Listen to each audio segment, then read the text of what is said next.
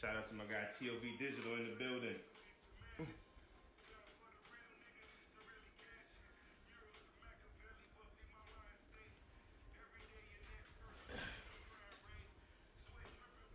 Hello, hello. Let me know where you all are from. Check in, check in. Black man cans in the building.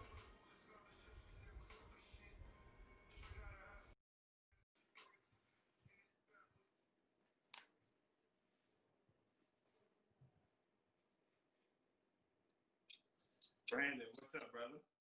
Not much, not much, man.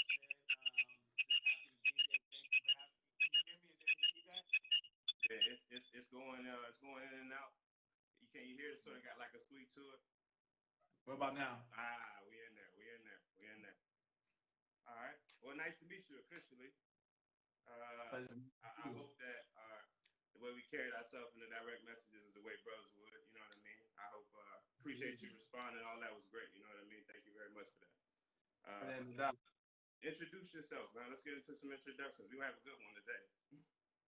Brandon Frame, founder of the Black Man Can. I see myself as a role model, a scholar, and a gentleman.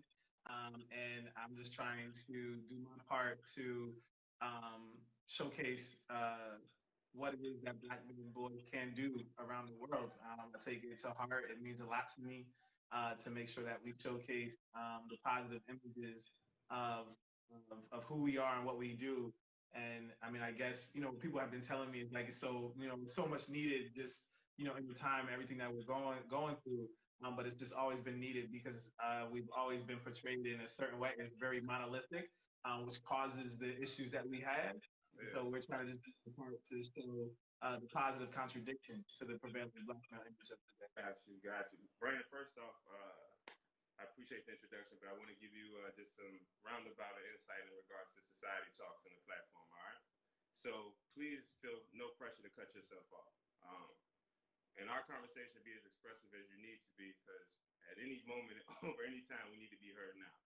Um, the questions that I have for you, like I said, they're not interrogative questions. We kind of all are on the same mission. I always like to say we just take a different journey to get there, but the destination is the same for us all.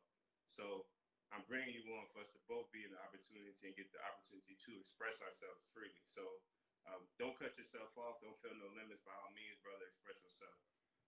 Before we get into the questions, though, I always ask each guest that we have on, how are you dealing with the coronavirus in regards to like how are you handling yourself mentally, physically? What are you doing? Um, for me, I definitely work out every day. That's been definitely therapeutic for me. And then I've been doing a lot of interior decorating. So I'm really I was somebody that traveled a lot, and so being home has allowed me to see the functionality of my apartment, and I've been making changes with that. And then I bought a whole new mattress set, a bedding set. I got a kitchen table. I had a kitchen table. I got mad pillows on my bed. Like just all these things that you don't even think about. But the more time you spend in the space, you're like, man, I need a new mattress. I need some new pillows. And then I also got into candles. I was definitely like an air freshener person because I was gone so much. Yeah. So like you use like air fresheners, but now that I've been home, I really enjoy candles, and I've been finding different scents that I really like. Finding the smells that I like that I like while I'm at home. For sure, for sure. Now, what that tells me is that you recognize time over this coronavirus. Like you're starting to recognize the importance of time, some of the things that you miss. Outside of candles and things and such, what about yourself? Because we always are self-improving. What are some things about yourself that you may have been working on? I think just taking more time to be just introspective about my own journey in life. I've had a lot of, I've lost some people in this time, but then also really great things have been happening in my life simultaneously. Maybe that's just like, that's the balance of life. Like I have things that are new beginnings, and then I have things that are ending. And just trying to find the peace in that. That is just how life goes. Yeah, yeah. Okay, okay.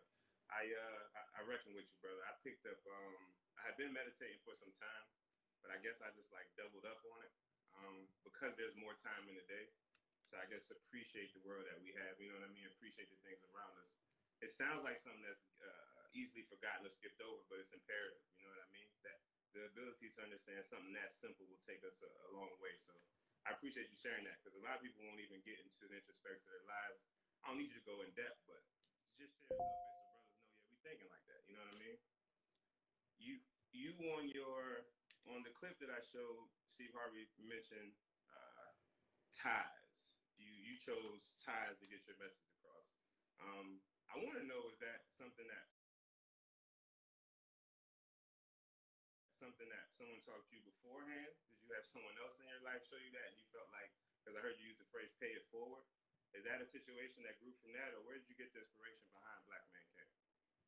Absolutely. So with the ties, somebody did teach me how to tie a tie. Joseph Twelves was somebody used to work at Liberty Mutual, Okay. and I was an intern there, and he taught me how to tie a tie. And then I was a single Windsor, and then when I got my sophomore year at Morehouse, or my junior year, no, sophomore year, junior year at Morehouse, somebody taught me how to do the double Windsor, and I've been doing the double Windsor ever since. And then when it comes to the work that we do with the Black Man Can, in terms of boys receiving ties at all our conferences, that happened. The first summit that we did was in March of 2013. And so we did that, and my brother Dean Jones was like, "Man, we should get the boys ties and teach them how to tie ties." And I was like, "Man, that's a great idea." So we've been doing it ever since. It's always the hallmark of the summit. And then last year, I authored my book. Okay.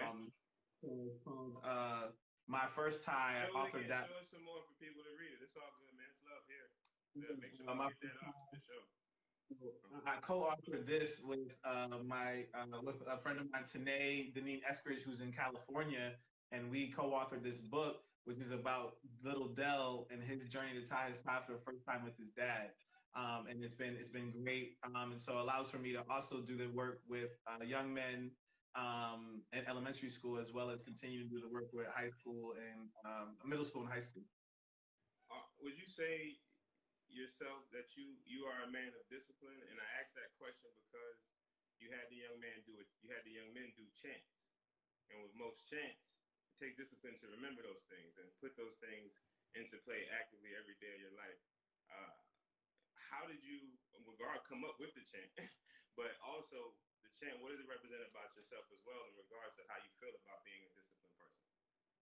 Yeah, absolutely. I mean, this discipline is where you prove to yourself and to the world whether you want something or not, right? And it's the discipline that you show. So that's really important to me. And I showcase discipline. And then when it comes to like the chants and the affirmations for young men, that's something that I did when I was younger, and then even through college, in terms of just telling positive things to myself, and wanted to pass that along because I know that was a tool that aided me in my success, was telling myself positive things about myself, because I know that as a black man, but even at that time as a black boy, I was getting fed negative images or monolithic images of who I was supposed to be, but I aspired to be something different, but I didn't know necessarily a place I could go to find those things. Besides things like hope, obviously there's action, right? So like you said, you had these positive affirmations, but you took action. Talk about some of the things that the Black Man Can does to ensure these gentlemen are following up on some of the affirmations that they're putting out there. Yeah, so we have a variety of different events that we do, from our Building a Better Brother Summit, which in many places happens on a yearly basis in different cities. The Black Man Can Awards, the Black Man Can Does Hair Too, which is a father and daughter event to fathers and daughters have a bonding experience through their hair. And then we obviously have the digital side of what we do, which is all the content that we're creating or repurposing to showcase what Black men and boys can do. All right, let's talk a little bit about Mr. Frame here. Where are you from? Like originally, where are you from? Upbringing, single parent home, both parents. Let's find out about the man that creates something like this. I am from Connecticut. Shout out Hartford, Windsor, 860 in the building. You know, 860, okay. You know, I always try to put on for my city because it's a place where you tell people from Connecticut, they like, there's black people in Connecticut. I'm like, actually, there's a lot of Black people in Connecticut. Yeah. One, and then two, um, Connecticut actually has the third largest population of Caribbean people outside of New York and Florida. I identify as African American. I spent most of my time around Caribbean people. So like I'm really into Jamaica, Haiti, Antigua, the culture, the music. So I grew up there and grew up in that type of culture. Um, Grew up in a single parent household. I met my dad when I was 18. We have an amazing relationship. Now I'm so happy and grateful and thankful for that. Um, my mom, my grandmother, my grandfather all paved the way and put the um, put the seeds inside of me, like that allow me to flourish and be successful. Um, that light bulb with all that came on more so in college, Okay. but the seeds when I was growing up, and I'm grateful for that as well. Like my mom always told me like you're gonna go to college and everything like that. So I'm grateful to have a mom who sacrificed so much for me to have so much. And like as an adult, you see it, you realize it, you see like what your parents or for me, my mom did. Like I think about with women now, and like let's take this pandemic alone, getting your nails done, bras, getting your hair done, like all those things, right? But that's gonna also cost money, right? And I think about my mom and how she went without some of those things, right? Because she wanted to provide for her children. And so I'm always, and I know now because I'm like, my mom never really did those things. It's not that she didn't want to, it's that she was like, well, I need to make sure there's food on the table. I need to make sure my son has a good school to go to. And so, I'm forever grateful for her making all those sacrifices so that I can have an awesome life. Um, I didn't know necessarily that I didn't have. I probably learned more that I didn't have when I went to other people's homes, right? And I was like, oh, yeah, we don't live like that. We pay rent. We pay rent. They pay mortgage. There's a difference there. So Okay, so I'm gonna come back to that epiphany moment you had in college, but I want to talk about a little bit what you harped on with your mother. You just take it back to how they grew up as children, like when it comes to air conditioning, things that we're so regular, you know what I mean, that we appreciate, but we don't appreciate the way they do. We don't receive it the way they do because they know exactly what it's like to not have it at all. You know what I mean? So when you speak to that, I see why you have the success in things like Black Man Can. Like there's a type of person that makes things happen. You know what I mean? And then there's a type of person that follows. And I reach out, to the people that, I hope to get responses from some of you all, but I can always tell whenever I'm going to talk to somebody who's leading and who's following because other people are looking for why should I come on this platform, and then other people have things to say. So I just wanted to say that the things that you're speaking on and why you're successful. You know what I mean? As you grow in your in your business and as it continues to spike for you, speak to that truth. You know what I mean? What you're rooted in is why you're going to shine. But I want to go back to that epiphany moment you had in college because a lot of kids' minds, a lot of adolescent minds are made up in college. Obviously, you weren't born and said I'm gonna have a nonprofit organization, you know what I mean, or LLC and do my thing. You probably had some other things that you wanted to do. So how did it start and how did it get there? I love that question. So I attended the Morehouse College in Atlanta, Georgia. Okay. And the first day at Morehouse, you go to this event and it's called Welcome to the House. And you get inundated with messages and positive imagery and quotes and so much. It's an extremely powerful and life-changing experience for any Black male that goes through it. And one quote that was given, and I have actually it's in my living room, but every man and woman is put on this earth to do something unique and something distinctive. If he or she does not do it, it will never be done. And so but at 17, I was in school at college at 17. I didn't know what that was, right? I came to college. I wanted to be a sports broadcaster, but then I couldn't major in that because that's not a degree that Morehouse had. So I'm switching over to business marketing. Um, But one thing they also say at Morehouse is like, you don't just go to Morehouse, you let the Morehouse go to you.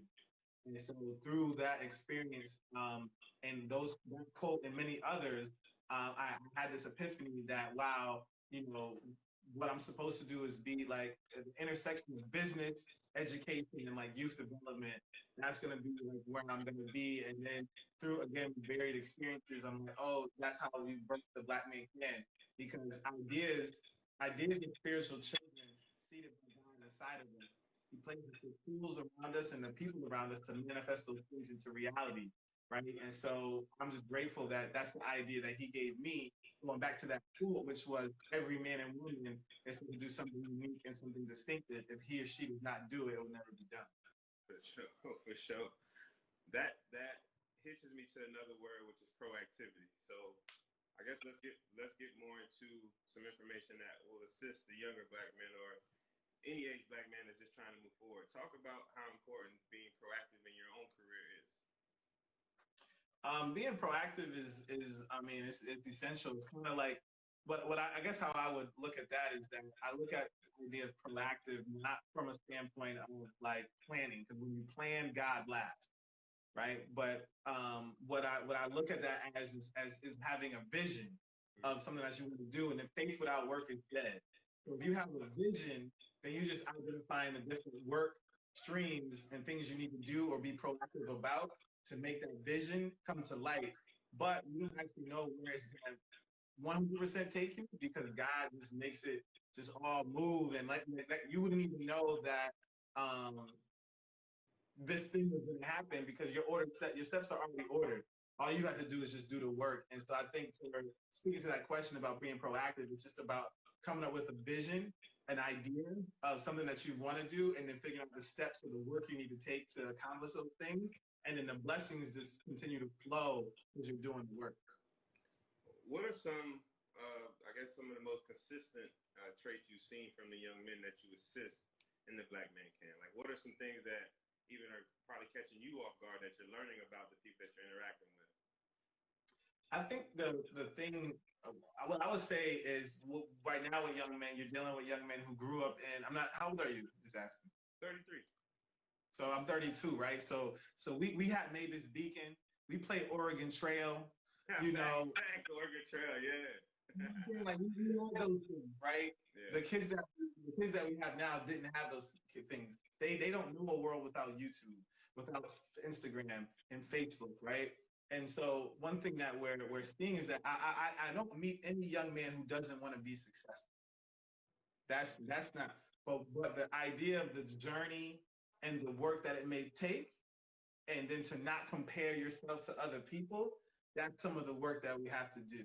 And it's the work that we're doing with our young men, as well as for them to see that opportunities are available to them, and showcasing Black men in different places and spaces so that they can then aspire to being the things and have confidence that it can happen, right? So like we look at some of our young men, and they are definitely saying, I want to be an athlete and I want to be a entertainer. And there's nothing wrong with that, right? If you aspire to, even in those professions, there's work that you have to do.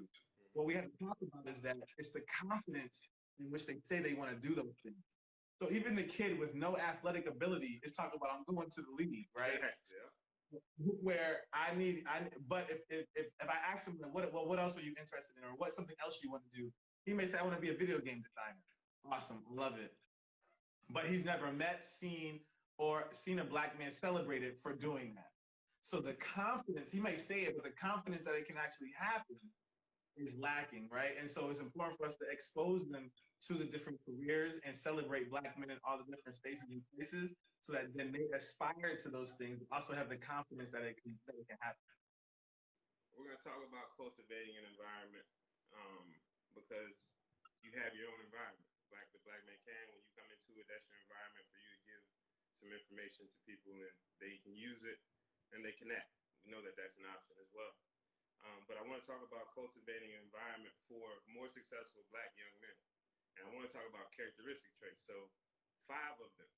I know it's sort of on the spot, but I want you to come up with 5 characteristics that you believe will cultivate a very good environment for Black men to be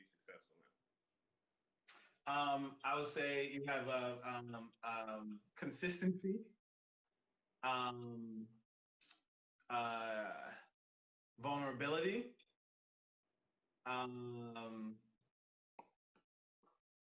persistence. Um, this is more of a sentence, but it still speaks to it. Making sure your ego operates from a place of love, um, and a positive self-identity. Go into number 4 for me. Your number 4, one in regards to your ego. Just break that So, down more, because for that to be a sentence, I know you didn't thought about that. That's on your heart, so I want to hear about that. what we have a tendency to do as men, um, through society creates this, capitalism creates this, but we have a tendency to allow for our ego to operate from a place of pride and competition. And so that is what keeps brotherhood from forming. That's what keeps brothers from working together and being like, listen, you're an island of success. I'm an island of success. Let's build this bridge so that we are both islands of success, creating collective and sustainable change for our communities. And so the more that we learn to operate our ego from a place of love, which then allows for us to think of life and think of opportunities and think of success from a place of abundance as opposed to scarcity, then we get to move forward. We can move agendas forward, and we can move the work forward, and ultimately we can move our communities forward. But that starts with making sure that you operate from your ego from a place of love and not pride and competition. Entrepreneurship, uh, it's a part of you, but it may not be for everyone, right? Talk about, I guess, some of the things that being an entrepreneur will require, and it won't always be, everyone will be cheering for you. There's bad, they're not bad, but there's slower times, there's darker times when you're trying to build your own thing. Talk about that journey of being an entrepreneur and trying to build something when not everybody's championing for it. I think that that's definitely the case, and many people have that experience. I can say that is true. I would say for me, the Black Man Can is 10 years old. So I started the Black Man Can in April of 2010. There wasn't um, the I feel like the entrepreneurship swag, right? Or like the idea of, like being an entrepreneur and the coolness of being an entrepreneur, Yeah. that wasn't as much of the sauce in 2010. So when I started, and the Black Man Can started as a blog. I mean, I went and bought a domain name, had an idea of what the website should look like, and I just started and just kept building, right? I didn't really face that opposition of like, man, why are you doing that? If anything, I was my own enemy, where I was just like, I wonder if do people really want to see this? Yeah. Do people really want to see positive images of Black men and boys? But with anything that you do, you can't really bank on like the support. You just got to believe it in yourself and know that you're doing what you want to do, and you start. I'm big on just starting, because once you start, then you can then evaluate and innovate. Yeah. And think about, okay, I started this. Let me pivot with this particular, like we had this one section, like that section wasn't hitting in terms of content. So we get rid of that, but I got this new thing going on, right? Or like even now, so right now for our IG lives, we had a whole Monday through Friday schedule that we're doing. And so we've been doing Talk About It Thursdays. Okay. Right? And it was going well. We've done some really cool things, but a lot of those topics I could put in some other days. What I want to do is create a space just for us to celebrate Black women, right? Because we were currently doing Black Men Winning Wednesdays and Black Women Winning Wednesdays. And in theory, that's shortchanging Black women, right? That we're highlighting a man and a woman on that day. Well, we could just make that Black Men Winning Wednesdays and give Black women their own day. So next Thursday, we're starting Trust Black Women Thursdays, and where we're just going to highlight Black women, right? But like that's the idea of just starting something, and then you in it, and you're like, man, that's not hitting, or that's not the right way to do it, and you change, and then that's going to take it to the next level. You bring up a good point about being an entrepreneur in 2010. Free Fly Society came out 2011, so yeah, it wasn't dope to do back then. It wasn't the thing to do. As a matter of fact, you you know, I mean, you were looked at weird for stepping out and doing your own thing. So I commend you, brother. And then you held on to it. So that's even doper because it doesn't matter how long it takes to shine as long as you shine. You know what I mean? I mean, I think that, and then also like, you know, like the idea, so we have, you know, over 400,000 followers. We only put together a strategy, and not even to gain followers, but our strategy around Instagram in terms of how to use it was in 2017, right? In 2016, we were highlighted and acknowledged and got to go like to BET honors and a red carpet and everything like that. And we had 4,000 followers, right? So it's not about followers, it's about the work, right? And if you're doing the work and you're doing substantive work, and impacting communities and moving people forward, then that's enough. You know, the fact that we have the followers and that creates the visibility, that's dope. That's like really cool. And there's a lot of benefits from it, but that's not the one. Nah, it's not the end all be all because me and my friends, we talk tech, we talk a little business, right? And I stated from 2010 to 2020, there was a good bit of money made, but it was real microwave, right? Because you'll see things come and they'll go quickly. They like lost their value versus if you think back to the 80s and 90s, a lot of things that were made, even goods, they lasted longer. Well, from 2020 to 2030 is I like to state the time for the people behind the scenes because now we see how important it is for the person that's working somewhere to actually know what they're doing, not just feel entitled to have the position because such and such is this way, so on and so forth. So I'm really, really excited about whatever you're working on because you're working from that space. You're not working from, I should have this because you're working on this because I earned this. That's a solid place, man. I like to hear that.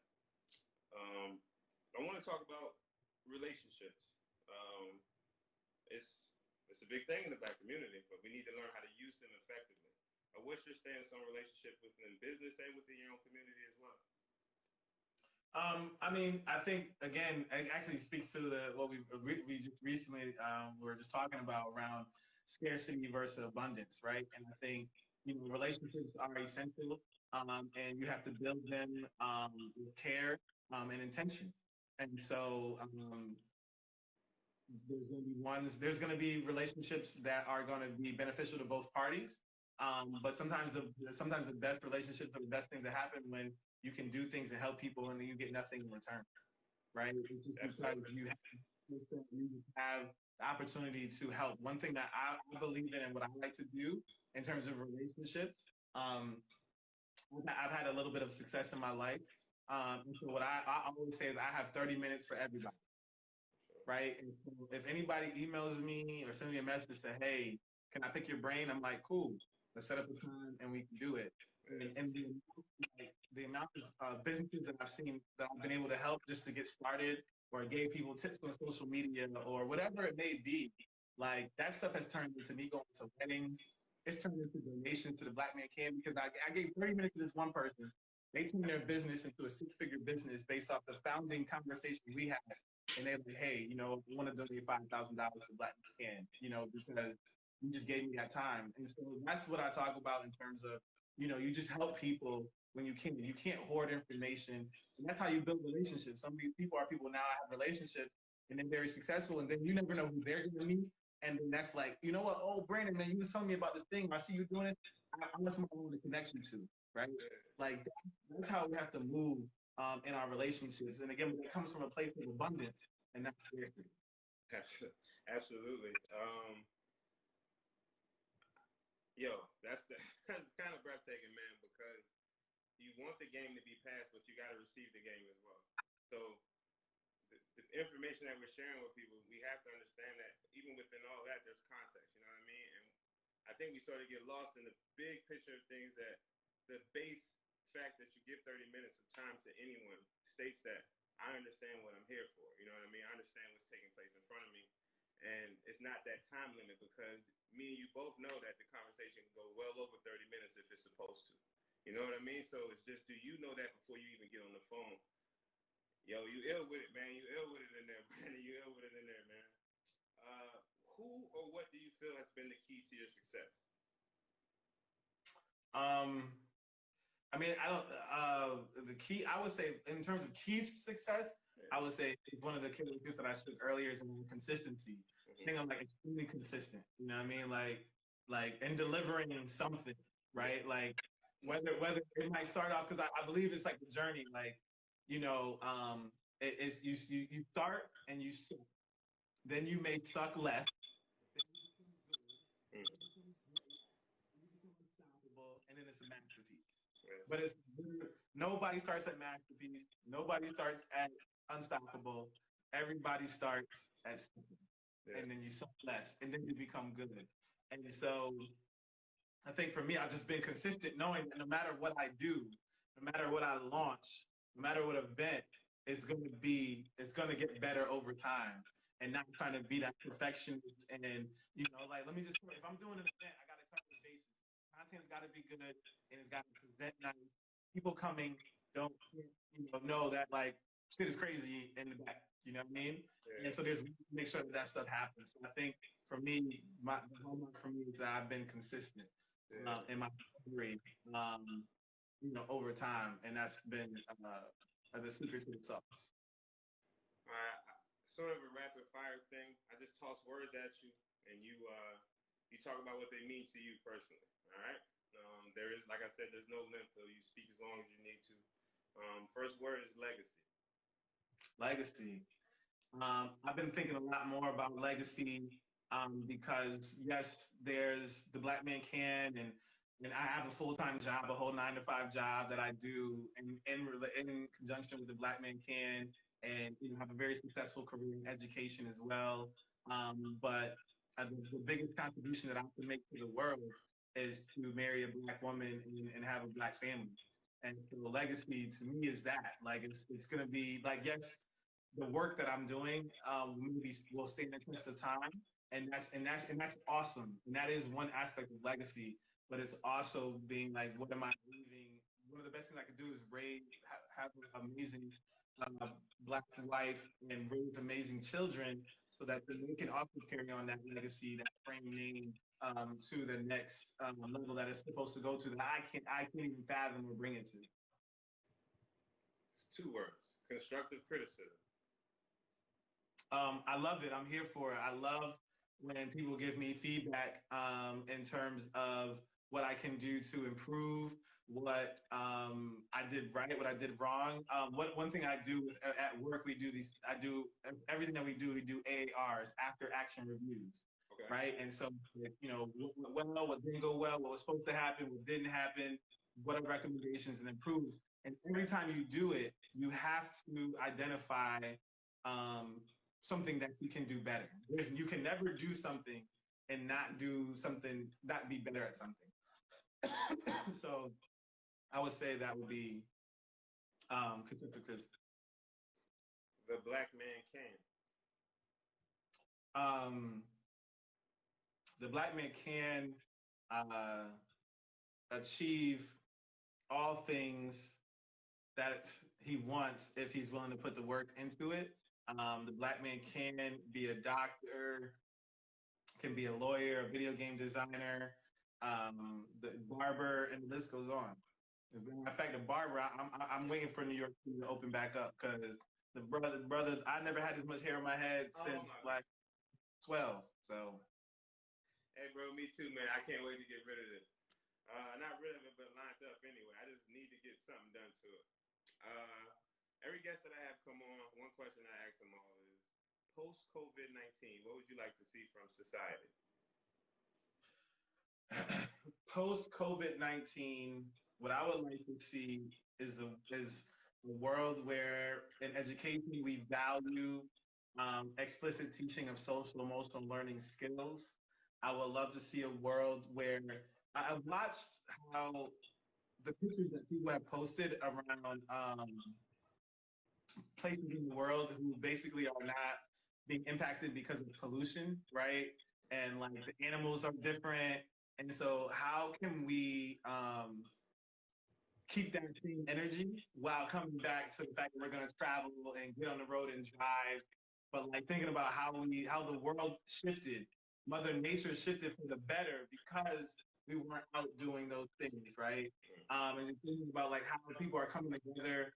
Like I did an interview with the guy, and they were talking about how, like, with the companies, with their fast food chain, they're doing all this giveaways of food and stuff like that. And it's like we actually had the capacity to do this when um, when there was no pandemic. So we need to keep continuing to do those things, right? All the things that we found that are impactful and making changes and shifts, we need to make sure that that is still the case, even after we come out of the pandemic. You know, we're in this together. That's been everybody's like mantra. I hope that after this, we still keep that same energy. You know, we're in this together and not allow capitalism to erode us back to a place of being off ourselves. How do we, and that's whether you are nonviolent or violent, how do we deal with police brutality? I think I think about the images and the stuff that we're posting to share and to give people a place that they know they can comment and send us stories. Um, how we deal with police brutality.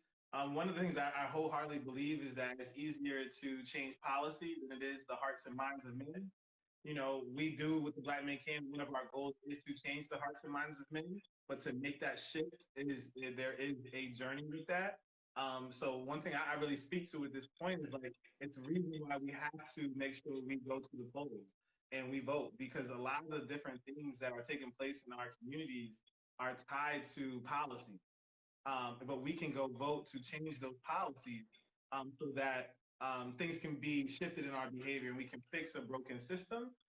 Because the idea that like somebody's gonna not be scared of me because I'm black, that's I don't have faith in necessarily that, right? I don't think that there's much to be done there.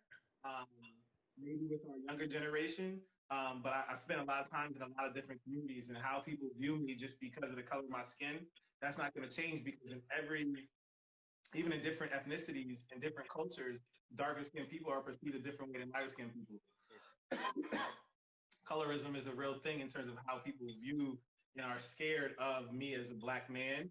And so I think that we continue to promote the images and the narratives that we're promoting to continue to shift the hearts of men, but it also reinforces the idea that we have to show up in our elections because some of the things that we're seeing in terms of outcomes are tied to judicial systems, but we can vote the attorney general and we can vote governors, mayors, and everything else. And so we really have to show up if we really want to hear our voice. You can no longer just sit by and you can vote. That it's like in schools, you know, in schools, what they say is like parents vote with their feet, which means they leave the school, right? And so we have to do the same thing and vote with our feet, but that means our feet move us to the polls and actually vote and put forth and hold people accountable for an agenda that is catered to us. It is possible, but we have to come together. We're all in this together to make it happen. Sounds like a whole lot of accountability, um, and I think it'll be a whole lot of truth telling come post the coronavirus because it's about time that the conversation heats up just a tad. And I I sort of straddle the fence, but I straddle the fence on what the actions are. You know what I mean? There's a reason Malcolm X existed. It's unfortunate, but there's a reason that he existed, and it wasn't a fake reason. And I think that we need that. Um, I think he's become imperative at this point because I really don't think they take us serious. And I'm not too big on complaining about not being taken serious. I'm more so about action. And I just think that it's unfortunate that they're attempting to use fear uh, to try to shake a person like myself because I'm only speaking towards myself. I'm at this moment. And I don't like it at all. I got black cousins. I have a black friend like yourself. I got black moms, all that stuff. And all of them are subject to this. This is not, I don't have it anymore, or I'm not in a better position than they are because it's just a pullover and it just depends where you are. A celebrity could be in Mississippi doing the show. It could be a rap for you. So if you thinking that you're not untouchable out there, you tripping big time. But I apologize for that little rant. You taking your actions, you want to flip it in policy. By all means, I support that. But somebody got to shake something up. And I don't mean it doesn't have to be a life. It doesn't have to be that. But it's just time for us to get a little bit more cerebral with our approach and probably work a little undercover in regards to we need to move a whole lot closer and get a whole lot more information and somebody we really got to get behind somebody that we trust right now. It's really a lot about unity. So I appreciate you sharing that. In regards to how you show your message for the Black Man Can, I like to bring up content creation.